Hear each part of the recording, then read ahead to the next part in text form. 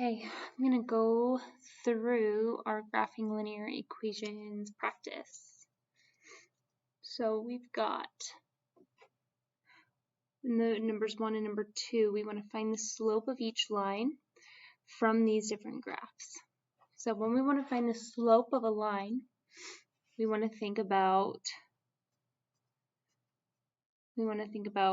rise over run.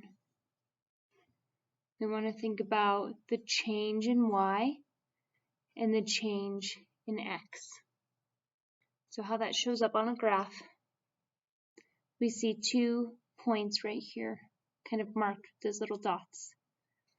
I'm going to think about how I'm going to move from here down to there. What do I need to change about the y value? What do I need to change about the x value?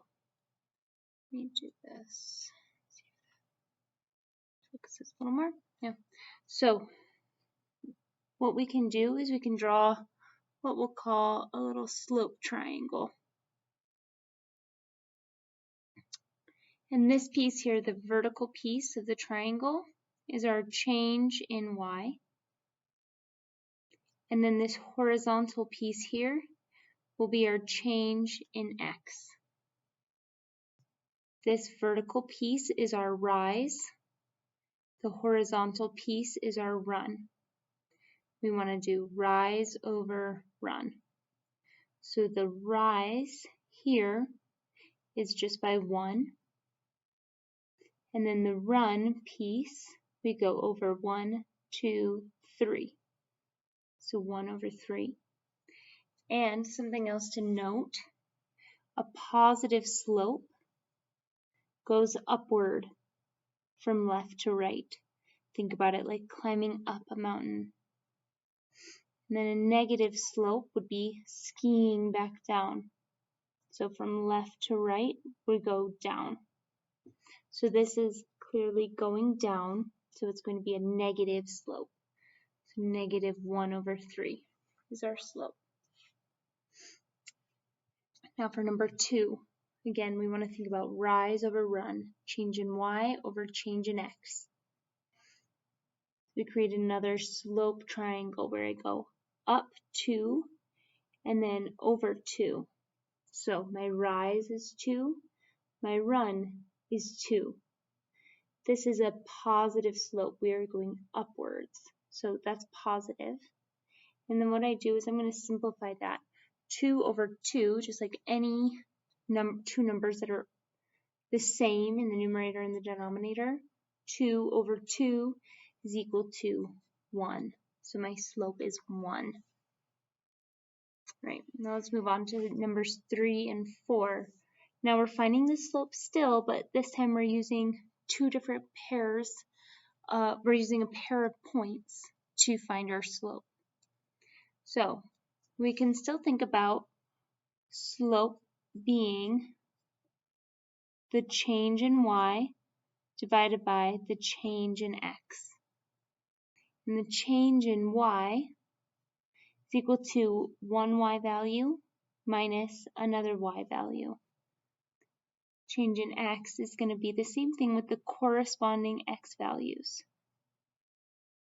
So we can think about these ordered pairs written as x1, y1, and x2, y2.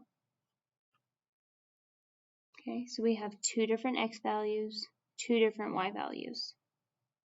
So what I'm going to do is I'm going to take this one and subtract that from it. So this will be my y2, this will be my y1. So I do 0 minus 10 divided by 15 minus negative 10.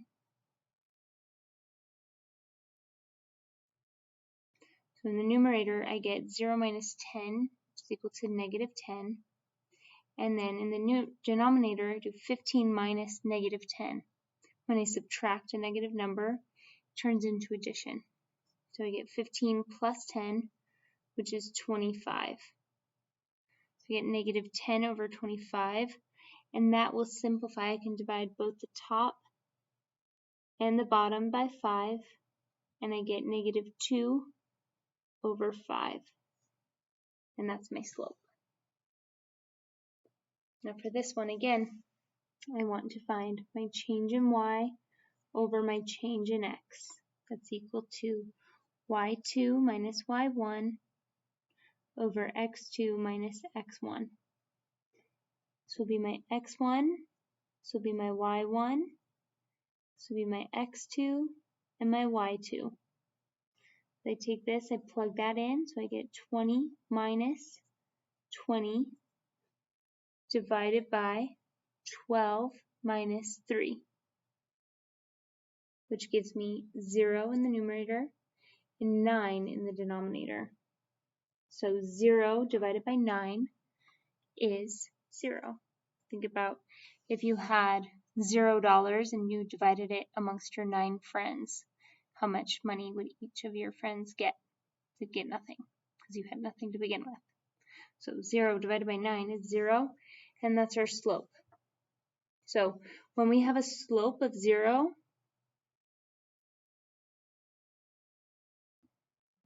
what that means is that we have a horizontal line. Horizontal line. Okay. Now I'll find the slope of the line from these equations. So let's think about our intercept form, our slope-intercept form. So we have y equals mx plus b, where this constant number is our y-intercept, and this coefficient of x, the number being multiplied by x, is our slope. So in the first one, we have just a constant number. We don't have any x at all. We don't have any x.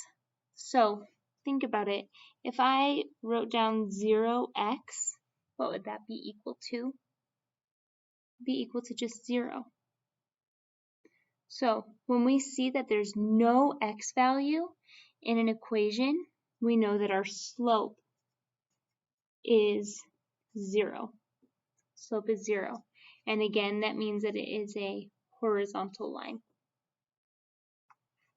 Now for this one, I want to find the slope of this line. Again, the slope is the coefficient of x. So we look at that number being multiplied by x, and that is 1/3. Right? Let's go to the back. Now we want to sketch a graph of each line. These first two are written in standard form. Standard form. ax plus by equals c. When we want to graph something from standard form, we first want to find the x and y intercepts.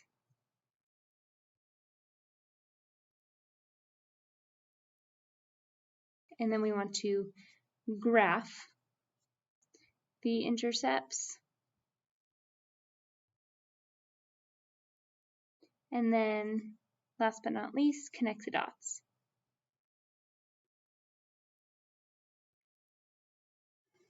So, we want to find the x and the y intercepts. To find the x-intercept, plug in 0 for y. And let's think about why that is. So, x-intercept is going to be where the graph crosses the x-axis. The x-axis. It's our vertical axis.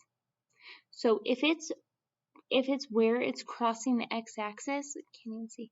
If it's where it's crossing the x-axis, then we don't go up or down at all.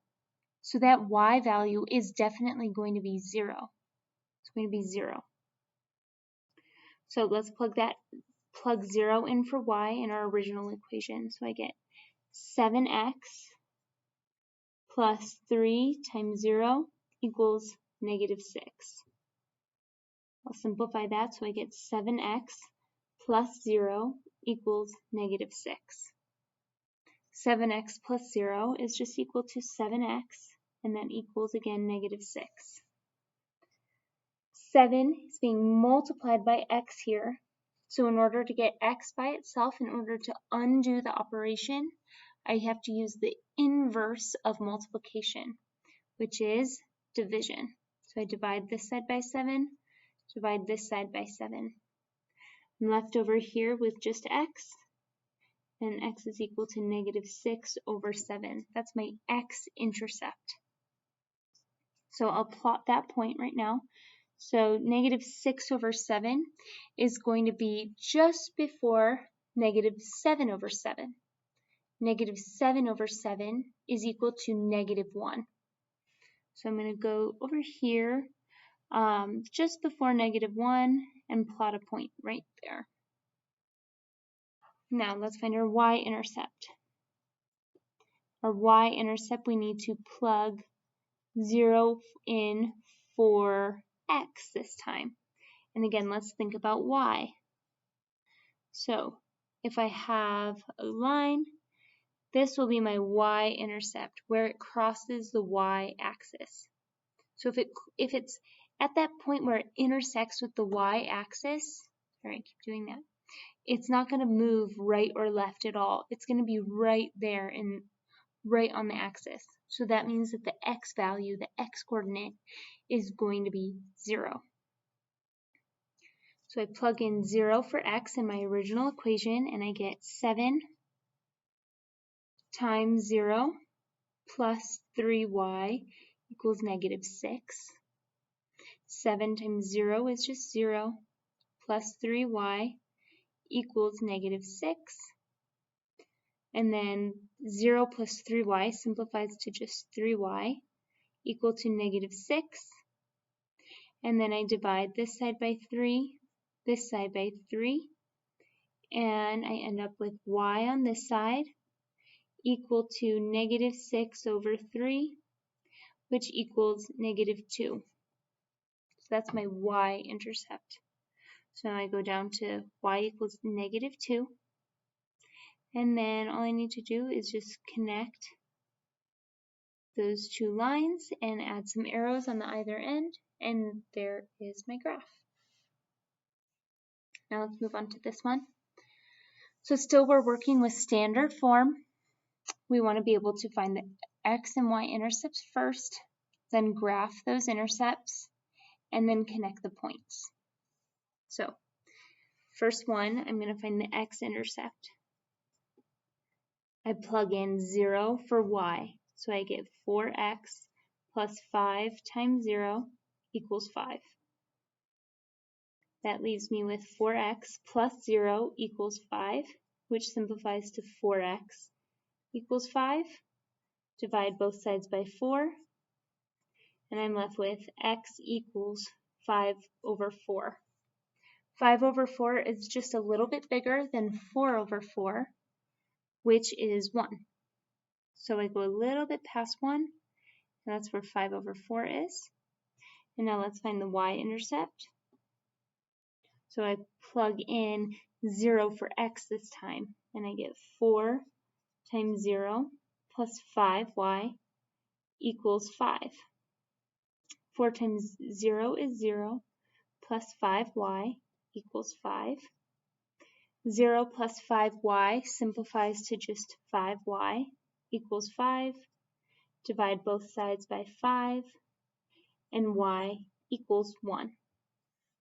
So I go up to 1, and that's my y-intercept. And again, all I need to do is just connect those 2 points, add a couple of arrows, and I have my line graphed. Now we're going to look at these 9 and 10, where we're looking at slope-intercept form again.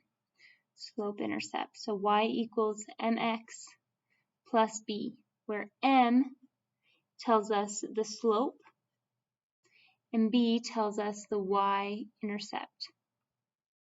So the coefficient of x is our slope, b, the constant number, is our y-intercept. First thing we want to do is identify slope and y-intercept. Then we want to plot the y-intercept and use the slope. So let's find where is our y-intercept here. Our y-intercept is this constant number, -5. So I go down to -5 and I plot that point. And then my slope is 10. It's the coefficient of x. So what does that mean? The slope is 10. That means we want to be able to write the slope as a fraction. So 10 is written as 10 over 1 as a fraction. And the numerator here is our rise, is our change in y, and the denominator is our run, is our change in x. So from -5, I go up 10, I rise 10, so 1, 2, 3, 4, 5, 6, 7, 8, 9, 10, and then over 1. And that is my line, very steep line. Okay, it's a little curvy. It should really have fun. That's okay. All right, now let's look at this one, number 10. So I can tell 3 over 2 is less than 10. So that's definitely going to be a less steep line. Okay, and then so again, let's ID. What is our y-intercept? It's our constant. That's going to be 3 here. And then our slope is the coefficient of x is 3 over 2. 3 over 2. So again, 3 tells me my rise, tells me my change in y, and then the 2 tells me my run, tells me my change in x. So first I plot my y-intercept, so I go up to 3, and then I use my slope. So from 3 I go up 1, 2, 3, and then over 1, 2. Or I can go down 1, 2, 3, and to the left 1, 2. And that'll tell me my line.